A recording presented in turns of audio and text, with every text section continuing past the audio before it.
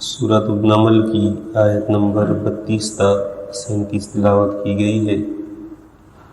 قرآن کریم کی ان آیات میں جہاں سلیمان علیہ السلام کا واقعہ بیان ہوا ہے، عجیب انداز سے قرآن نے انسان کو سمجھایا ہے۔ دنیاوی زندگی، مادیت اور اس کے مقابلے میں ایمان، اس کا ایک تقابل بیان کیا ہے۔ سلیمان علیہ السلام نے جب بلقیس کو خط لکھا تو اس نے اپنے دربار والوں سے مشورہ کیا کہ کیا کرنا چاہیے۔ تو انہوں نے کہا کہ ہم طاقتور لوگ ہیں، لڑنے کے اعتبار سے، قوت کے اعتبار سے، باقی معاملہ آپ کے حوالے ہے، آپ جو فیصلہ کریں گی اس طرح کریں گے۔ تو بلقیس نے کہا کہ اصل میں ضابطہ یہ ہے کہ جب بادشاہ کسی بستی میں آتے ہیں اس کو اجاڑ دیتے ہیں، اور وہاں کے جو عزت والے لوگ ہوتے ہیں ان کو ذلیل کر کے باہر نکال دیتے ہیں، اور یہ لوگ آئیں گے یہ بھی اسی طرح کریں گے۔ تو میں ایک آزمائش کرتی ہوں کہ ان کو آزماتی ہوں، دنیاوی اسباب ان کے پاس بھیجتی ہوں، اگر انہوں نے قبول کر لیا تو میں یہ سمجھوں گی کہ یہ دنیا اور اقتدار کے لالچ والے لوگ ہیں، ان کے پاس کوئی ہدایت کا ذریعہ نہیں ہے، اور اگر انہوں نے واپس کر دیا تو اس کا مطلب یہ ہوگا کہ یہ اللہ کی طرف سے پیغام پہنچانے والے لوگ ہیں۔ تو اس نے بہت سارا سامان ہدیے میں بھیجا۔ اس کا مفسرین نے تفصیل سے ذکر کیا ہے کہ اس نے سونے کی اینٹیں بھیجی ہدیے میں،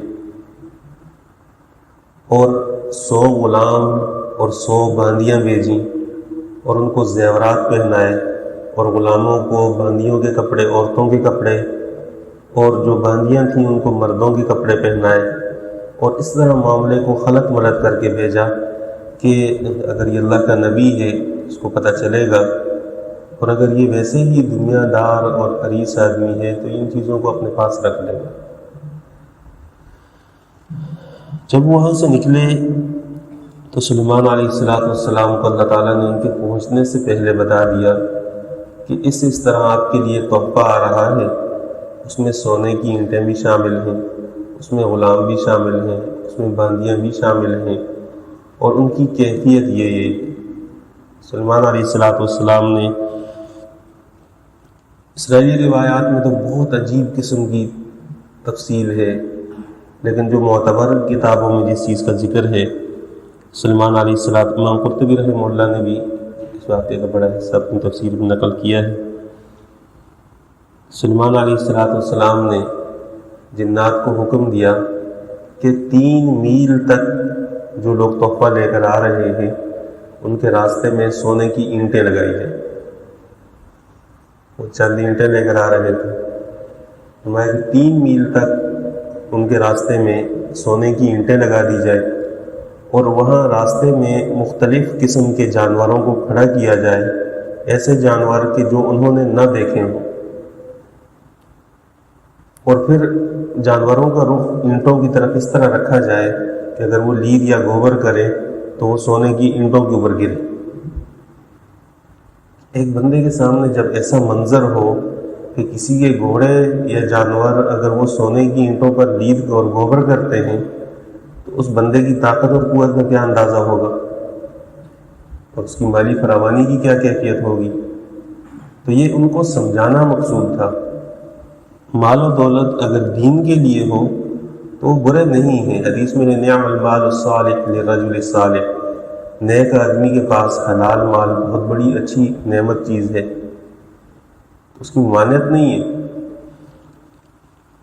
نقشبندی سلسلے کے بزرگوں میں جن لوگوں کا نام آتا ہے اس میں ملا جامی رحمہ اللہ کے دور میں نقشبندی سلسلے کے ایک بزرگ تھے جن کو اللہ تعالیٰ نے تصوف طریقت سے بھی نوازا تھا اور دنیاوی اعتبار سے بھی نوازا تھا۔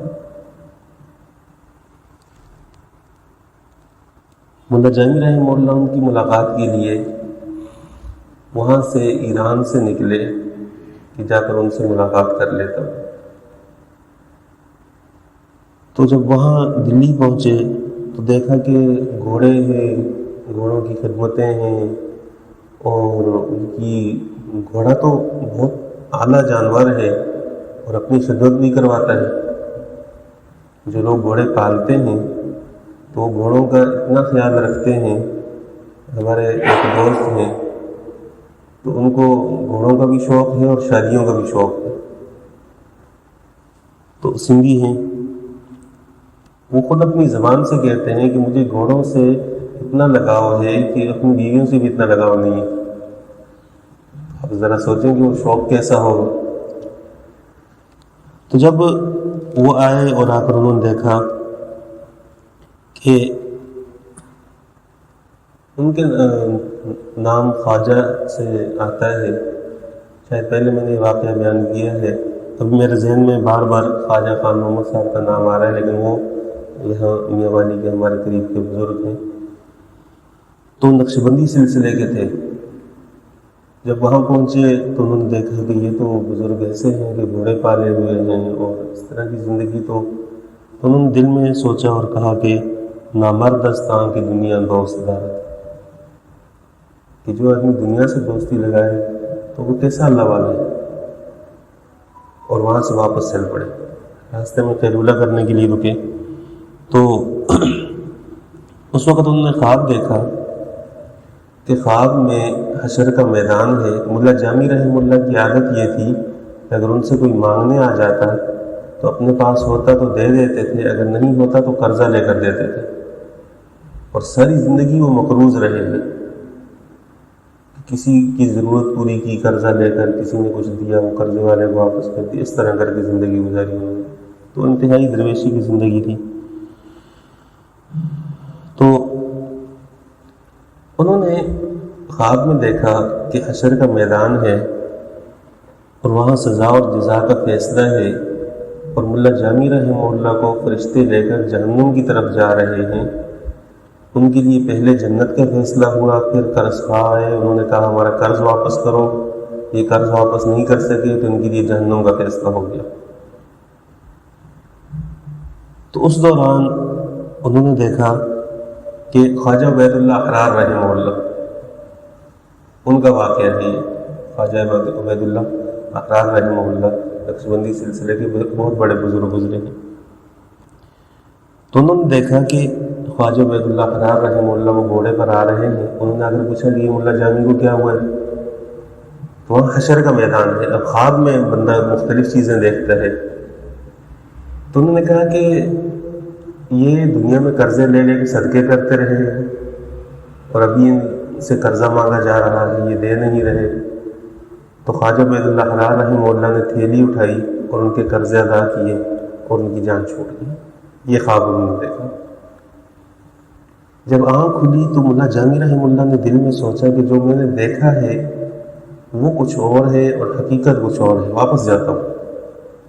واپس آئے، خواجہ عبید اللہ اقرار رحمہ اللہ کے ساتھ ملے. اللہ نے حضرت کے دل میں یہ بات ڈال دی کہ یہ پہلے جب لوٹ کر گئے، انہوں نے کہا کہ میں پہلے آیا تھا، ملاقات نہیں ہوئی، چلا گیا. تو حضرت کے دل میں اللہ تعالیٰ نے یہ بات ڈالی کہ انہوں نے ضرور کچھ نہ کچھ بدگمانی دل میں رکھی ہے اور پھر واپس گئے. تو ان سے کہا اچھا جب آپ آئے تھے تو آپ نے کیا کہا تھا اس وقت پہلی مرتبہ؟ تو ملا جامی نے کہا چھوڑیں حضرت، اس کو کہا نہیں بتائیں آپ نے کیا کہا تھا. تو انہوں نے کہا کہ میں نے کہا تھا نامردستان کی دنیا دوست دارت. خواجہ عبید اللہ اقرار رحمہ اللہ نے ہاتھ سے پکڑا، لے کر گئے خیمے میں، جا کر ان کو دکھایا ایک پیالہ، ایک تکیہ، ایک بستر. فرمایا میری دنیا یہ ہے، اور باہر جو کچھ نظر آ رہا ہے یہ لوگوں کے لیے ہے، یہ میری ذات کے لیے نہیں ہے، یہ لوگوں کے لیے ہے. اور اس کے بعد فرمایا دارت لیکن برائے دوست دارت، کہ ہمارے پاس جو دنیا ہے وہ دوستوں یاروں کے لیے ہے، اس میں ہم دل نہیں لگاتے. تو دنیا کا ہونا یہ باعث فساد اس وقت ہے جب انسان حریص ہو، بخیل بن جائے، تو اس وقت یہ نقصان پہنچاتی ہے. سلمان علیہ الصلوۃ والسلام نے ان کے آئے ہوئے تحفوں کو اس انداز سے ان کو سمجھایا کہ اس دنیا کی مجھے کوئی ضرورت نہیں ہے جو لے کر آئے ہوں۔ اصل بات یہ ہے کہ خدائے وحدہ لا شریک اللہ تعالیٰ کی جو ذات ہے، اگر اس کے ساتھ کسی کو شریک کرو گے تو پھر میں لشکر لے کر آؤں گا اور ذلیل کر کے تمہیں تمہارے علاقے سے نکال دوں گا۔ اگر یہ بات سمجھ میں آتی ہے تو ایمان لے آؤ، ورنہ پھر ہماری لڑائی ہوگی۔ اس پہ پھر دوبارہ ان کو جب جا کر قاصدوں نے بتایا، اس کا ذکر پھر اگلے درس میں آ رہا ہے، آپ حضرات الفاظ کا ترجمہ دیکھ لیں۔ قالت، اس عورت نے کہا، یا ایھا الملأ، اے دربار والو، افتونی فی امری، مجھے مشورہ دو میرے معاملے میں۔ افتونی، فتویٰ، رائے دینا، مشورہ دینے کے معنی میں یہاں پر ما کنت قاطعۃ امرا، یہ کسی کام کا فیصلہ نہیں کرتی، حتی تشہدون، یہاں تک کہ تم وہاں مجھے موجود ہو کر کوئی مشورہ دو، کوئی فیصلہ کرو، میں اپنی طرف سے کوئی فیصلہ نہیں کرتی۔ اس سے یہ بات معلوم ہوئی کہ اپنے ماتحتوں سے بھی مشورہ کر لینا چاہیے، کہ کوئی ضروری نہیں ہے کہ کوئی بندہ عقل مند ہو۔ ہمارے زمانے میں معیار بھی بدل گئے ہیں کہ اس کو عقل مند سمجھا جاتا ہے جس کا کاروبار بہت زیادہ پھیلا ہوا ہو۔ یہ کوئی ضروری نہیں ہے۔ روزی کا معاملہ اللہ تعالیٰ نے فضل سے وابستہ کیا ہے۔ بہت سارے لوگ ایسے ہیں کہ جو مالی طور پر تو انتہائی مضبوط ہوتے ہیں لیکن عقل کے اعتبار سے ناقص ہوتے ہیں۔ حضرت نے ایک واقعہ لکھا کہ ایک شخص تھا، انتہائی مفلوق الحال، غربت سے تنگ آیا ہوا، بھوک کا مارا، تو وہ راستے میں بیٹھا ہوا تھا، تو وہاں سے ایک دوسرا شخص آیا، اس کے اونٹ پر 2 آٹے کے بورے تھے اور دونوں اس نے ایک طرف رکھے ہوئے تھے اور خود بھی اوپر بیٹھا ہوا تھا۔ تو ساتھی نے دیکھا، اس نے کہا کہ اس نے سارا بیلنس خراب کیا ہوا ہے، اونٹ بھی ٹیڑھا ٹیڑھا چل رہا ہے، اس کو بھی پریشانی۔ اس نے کہا کہ آپ روکیں، یہ جو آپ نے 2 رکھے ہوئے ہیں، ایک کو ادھر کریں، ایک کو ادھر کریں اور خود درمیان میں بیٹھ جائیں، آپ کو اونٹ بالکل سیدھا چلنے لگے گا۔ اس نے کہا آپ تو بہت عقل مند آدمی ہے۔ اس نے اٹھا کر وہ بوری جو اس طرف تھی ادھر کی تو بالکل سیدھا ہو گیا۔ اب ایک طرف اگر زیادہ جھکاؤ ہو تو اس نے کہا آپ اتنے عقل مند ہیں، آپ کے پاس تو بہت سارے اونٹ ہوں گے۔ اس نے کہا میرے پاس ایک وقت کا کھانا بھی نہیں ہے، کہ تو اتنا غریب ہے۔ تو اونٹ والے نے کہا جاؤ، پھر میں آپ کو مشورہ نہیں مانتا۔ اس نے دوبارہ بوری اٹھائی اور ایک طرف کی اور اسی طرح چل پڑا۔ تو حضرت فرمایا کرتے تھے کہ بعض لوگ عقل کا تناسب وہ مادیت سے، مال سے تولتے ہیں، ایسا نہیں ہے۔ بعض لوگ انتہائی مفلس اور انتہائی عقل مند ہوتے ہیں۔ تو اپنے ماتحتوں سے بھی کبھی مشورہ کر لینا چاہیے، اچھا مشورہ مل جاتا ہے۔ دوست احباب سے مشورہ کر لینا چاہیے، جو اس فن میں مہارت رکھتے ہوں ان سے مشورہ کر لینا چاہیے۔ حدیث میں 2 چیزوں کا ذکر بہت زیادہ ہے، ایک استخارہ اور ایک استشارہ۔ استخارہ تو کہتے ہیں اللہ تعالیٰ سے خیر مانگنا، اس کا تو آج کل ایک عجیب سلسلہ چل پڑا ہے۔ استخارے کا مطلب یہ ہے کہ آپ اللہ تعالیٰ سے خیر مانگیں۔ حدیث میں اس کا طریقہ یہ 2 نفل پڑھیں، اس کے بعد دعا پڑھیں، بس یہ استخارہ ہے۔ کام ہو گیا تو ٹھیک ہے، نہیں ہوا تو پھر ٹھیک، یہ مطلب ہے۔ ہمارے زمانے میں تو استخارے سے ایک عجیب قسم کا سلسلہ شروع کر دیا گیا ہے کہ جی استخارہ ہوگا اور اس کے بعد بزرگ خواب میں نظر آئیں گے اور وہ آ کر اشارہ کریں گے تو پھر ایسا ہوگا، اگر اشارہ نہیں کریں گے پھر نہیں ہوگا، اور اس میں پھر شرائط اور قیود اور عجیب عجیب طریقے کہ اگر استخارہ آپ کریں گے تو سورہ اخلاص اتنی مرتبہ پڑھیں گے تو دائیں طرف گھوم گئے تو یہ استخارہ کامیاب، اور اگر بائیں طرف گھوم گئے تو ناکام۔ یہ بالکل غلط ہے، شریعت میں ایسا بالکل نہیں ہے۔ آپ سوچیں ایک آدمی کھڑے ہو کر 50 سال کا آدمی ہے، وہ کھڑا ہو کر سورہ فاتحہ کے بعد اگر 100 مرتبہ سورہ اخلاص پڑھتا ہے تو اس نے کسی نہ کسی طرف تو گھومنا ہے، تھک کر بندہ گھوم جاتا ہے، یا دائیں گھومے گا یا بائیں گھومے گا، کہیں نہ کہیں تو جائے گا۔ تو اس میں استخارہ کروانے والے کا کیا کمال ہے؟ کوئی کمال نہیں ہے۔ ایک فطرت ہے کہ بندہ تھک جاتا ہے۔ آپ کبھی نفل پڑھتے پڑھتے تھکاوٹ، فقہا نے لکھا ہے کہ نفل پڑھتے پڑھتے بندہ ٹیک بھی لگا سکتا ہے، وافل میں جب تھک جائے تو سہارا لے سکتا ہے، جیسے لاٹھی ہے یا ممبر ہے اس پہ ہاتھ رکھ کے تھوڑا سہارا لے سکتا ہے نوافل میں، اس لیے کہ نوافل کی رکعت طویل ہوتی ہے، بندہ ہلتا ہے اس میں پھر تھکاوٹ کی وجہ سے۔ تو اگر اتنا آپ نے 100 مرتبہ ایک بندے سے سورہ اخلاص پڑھوائی تو اس کا تو دماغ ویسے ہی گھوم جائے گا، کسی نہ کسی طرح تو گھومے گا۔ اصل جو طریقہ ہے 2 رکعت پڑھیں، اللہم انی استخیرک بخیرک واستغفرک بفضلک، وہ جو حدیث میں دعا ہے وہ دعا پڑھ لیں۔ پھر اس کے بعد اگر وہ کام ہو جاتا ہے کہ اس میں آسانی کے اسباب پیدا ہو جاتے ہیں تو آپ یوں سمجھیں کہ کرنے میں خیر ہے، اور اگر اس میں رکاوٹیں پیدا ہو رہی ہیں تو سمجھ جائیں کہ استخارہ ناکام۔ ہم لوگوں نے اس کو ایک ڈرامہ بنا لیا بالکل کہ رشتہ آتا ہے، اگر وہ لڑکا دبئی میں ہے 6-7 لاکھ روپے تنخواہ لے رہا ہے تو اس کے استخارے بھی سیدھے نکلنا شروع ہو جاتے ہیں۔ لڑکا اگر غریب ہو تو بہترین بہانہ ہے کہ استخارہ صحیح نہیں نکلا، جان ہی چھوٹ گئی جاؤ۔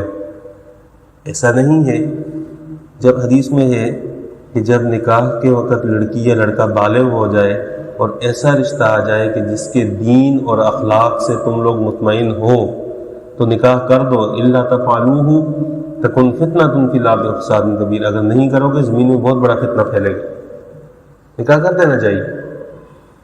تو یہ جو استخاروں کا سلسلہ ہے، اور اس میں پھر آن لائن استخارہ اور فلاں استخارہ اور اتنی فیس والا استخارہ، اس کی کوئی ضرورت، جو بندہ نماز پڑھ سکتا ہے وہ استخارہ کر سکتا ہے۔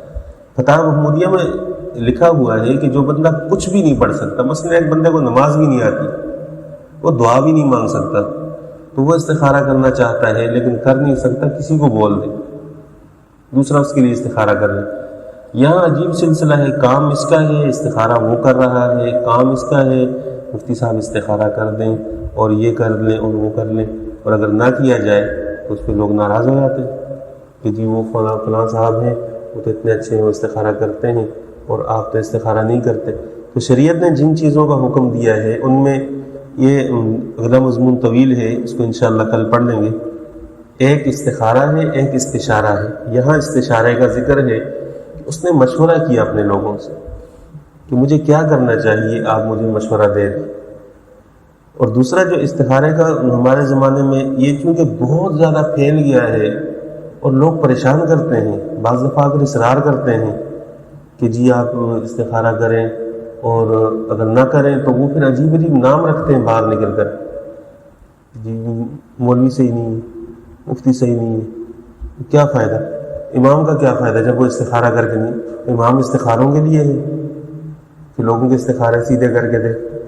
ہمارے ایک نوازی تھے یہاں کافی عرصہ پہلے، انہوں نے مجھے اتنا تنگ کیا، میں تنگ آ کر میں نے ان سے کہا ٹھیک ہے میں آج رات کو کر دوں گا، دیکھ، اور مجھے خواب بھی نہیں آتے ہیں، میں رات کو سوتا ہوں تو مجھے خواب زیادہ نہیں آتے، بہت کم، خال کبھی خواب دیکھتا۔ تو اس رات میں سویا، میں نے خواب میں دیکھا کہ میں قدوری کا مطالعہ کر رہا ہوں، اور قدوری ایک فقہ کی کتاب ہے، وہ ان دنوں میں پڑھاتا بھی تھا، اور وہ کتاب کبھی یوں الٹی ہو جاتی ہے اور کبھی سیدھی ہو جاتی ہے۔ ہمارا استاد ہے، میں نے صبح ان سے کہا، میں نے کہا صحیح میں نے یہ خواب دیکھا ہے اور مجھے کسی نے استخارے کا کہا تھا، تو استاد نے فرمایا کہ اصل میں آپ کو یہ اشارہ کیا جا رہا ہے کہ آپ قدوری کا مطالعہ کیا کریں، استخارے نہ کیا کریں۔ اس کی تعبیر یہ ہے کہ آپ کتاب کو حل کریں، اس میں ٹائم لگائیں، یہ استخاروں والے چکروں میں آپ نہ پڑیں۔ کہ انہوں نے عجیب سا کوئی لمبا سا کام بتایا تھا کہ وہاں شارجہ میں کام ہے تو وہاں سے ادھر شفٹ کرنا ہے۔ اب نہ مجھے اس کام کی سمجھ ہے، نہ مجھے پتہ ہے، نہ میں مشورہ دے سکتا ہوں، نہ کچھ کہہ سکتا ہوں، ویسے ہی جبراً مسلط کر دیا کسی بندے پہ آپ نے۔ کاروبار کے معاملے میں ضابطے حدیث میں ملتے ہیں، حدیث سے استنباط کیا جائے، حدیث کو دیکھ۔ عائشہ رضی اللہ تعالیٰ عنہ کو سعد رضی اللہ تعالیٰ نے خط لکھا، انہوں نے کہا کہ میرا ابھی کام اس وقت جو چل رہا ہے وہ عراق اور کوفہ کی طرف میرا کام ہے، میرا جو بزنس ہے، کاروبار ہے، وہاں چل رہا ہے۔ میں آپ سے یہ پوچھنا چاہتا ہوں کہ اگر میں مصر کی طرف اپنا کام منتقل کروں تو مجھے شریعت کیا بتاتی ہے؟ عائشہ رضی اللہ تعالیٰ نے جواب لکھا، یہ مشکات میں حدیث ہے۔ عائشہ رضی اللہ تعالیٰ نے جواب لکھا کہ پیغمبر صلی اللہ علیہ وسلم نے فرمایا کہ بندے کو جہاں سے روزی مل رہی ہو بلا وجہ وہاں دائیں بائیں نہ کرے اپنے کام کو۔ یعنی مطلب یہ تھا کہ جہاں کام چل رہا ہے اس کو چلاتے رہیں. اور یہ بہت بڑی حقیقت ہے ہمارے معاشرے میں. جو کام چل جاتا ہے تو 6-7 سال 10 سال کے بعد بندے کو مزہ نہیں آتا, وہ دوسرا کام ڈھونڈنا شروع کر دیتے ہیں کہ اس میں زیادہ ترقی ہے, اس سے نقصان شروع ہو جاتا ہے. شریعت نے رہنمائی کی ہے.